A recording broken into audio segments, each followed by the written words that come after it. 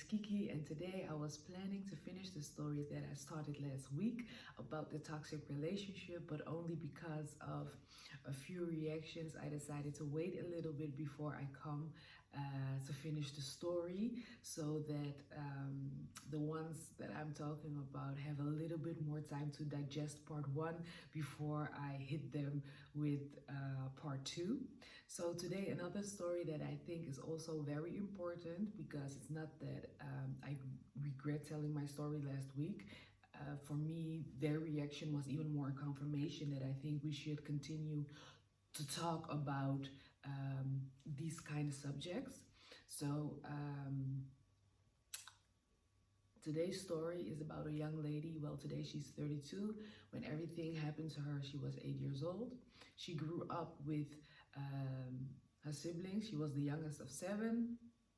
And yeah, normal life with her parents, going to school. Nothing special.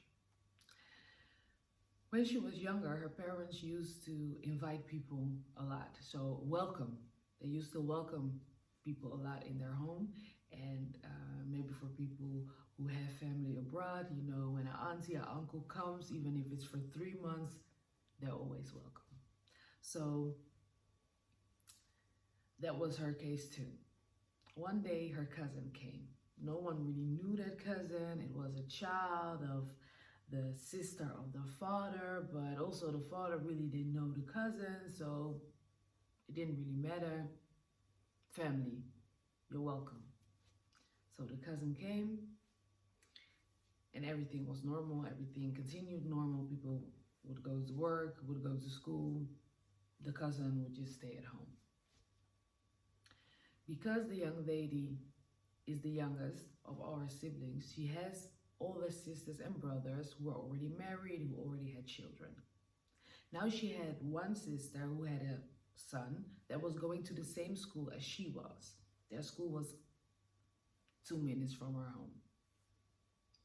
Every day after school, the little nephew would come with her so that he could stay at grandma's house until mom would pick him up from work. So another random day, they went to school, they came back, and no one was home, only the cousin that came from Africa. So normally when they come, they finish school, they have like a little sandwich, and then they go play outside, whatever. But that day, after they had their sandwich, the cousin said to the little nephew that he had to stay in the living room, and he took the lady that we are talking about upstairs. Now when he took her upstairs, he placed her on the bed. He also was on the bed and started touching her. But the way he started touching her was inappropriate. He started kissing her. He started putting his hands underneath her clothes. He was trying to take off the clothes. But then the doorbell rings. So when the doorbell rings, he gets up, opens the door. It's another sibling who also came from school. He acts like nothing happened. Only for the remaining time that he stayed with their family, he makes it now a habit. And he doesn't really care if someone is there or not. Even if the parents are home, he would always find a little spot, a little corner to take the 8-year-old and starts doing things to her that he shouldn't be doing. But again, she didn't tell anyone.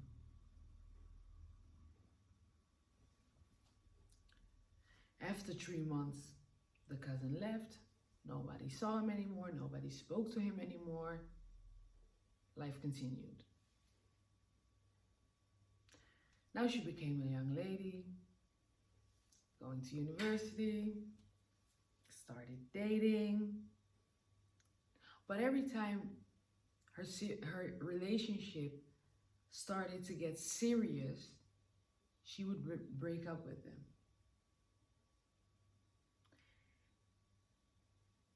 At the moment that she was breaking up with all those guys, she really didn't saw the problem. She didn't saw that it was something that she was doing regularly, because she was engaged 3 times. But every time the wedding was coming, like the date of the wedding was coming closer, she would make up something and break up with the guy. Her sisters became to understand, like, every time something is going on, they felt like she was sabotaging the relationships. But she wasn't seeing anything. She was just continuing her life. But now she's getting older, 22, 25, 28, 30, still living with her parents. Nothing wrong for the ones who are 30 and living with the parents. But she really felt like, okay, I want to start my own family. But of course, she needed a husband for that. So at that moment, she was 30. There was a young man who was interested in her. So she started dating him. And she knew somewhere that she was responsible for every breakup until then. So she decided to commit herself to this relationship, and hopefully it will lead to marriage. It did. They got married. She left her parents' house and went to live with her husband. But now she's living with her husband. And of course, if you want to make babies, you have to do something.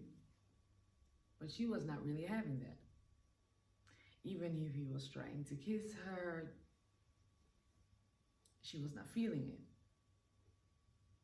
In the beginning, the husband said, okay, when we were not married yet, I understood. I know that, okay, you wanted to wait until we got married. But now we are married. You're my wife.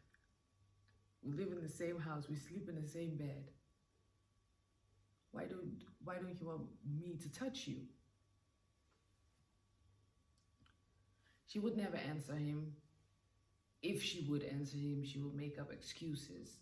In the meanwhile, the image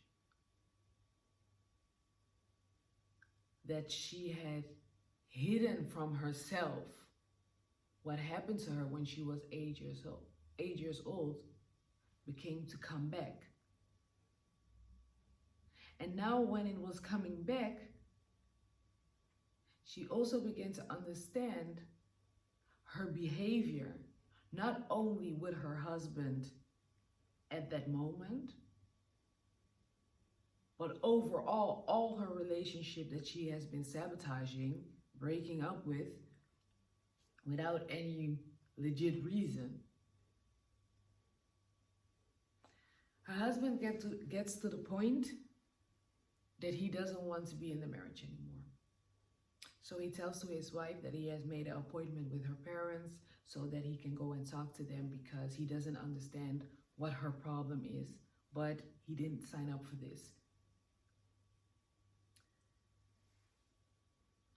When now she sees that, okay, he's going to my parents, and things are getting out of hand, she didn't want to lose him. She really wanted her marriage. She decided to tell him the truth, and she told him what happened to her, what her cousin did to her when she was 8 years old. Luckily, he didn't react like, so what's your problem? It has been ages. I'm not your cousin. He took it well. He even advised her to go to therapy. That's what she's doing right now. But the reason that I really think it's important that we continue to talk about these kind of subjects is because it happens a lot. So my question for you this week is, when do we start talking to our children about this? Because when a child is like 10 or 11, I think it's easier. You just say, if auntie or uncle comes, touches you, say something to you, you go to mom or you go to dad. But like in this situation, she was 8 years old. It happens to children. It even happens to babies. But let's say it happens to children 4, 5, 6, 7. So when do we start? And how do we keep it clean when we talk to our children about this? So yes, I would like to hear from you. Comment, like, subscribe, and I see you next week. Bye.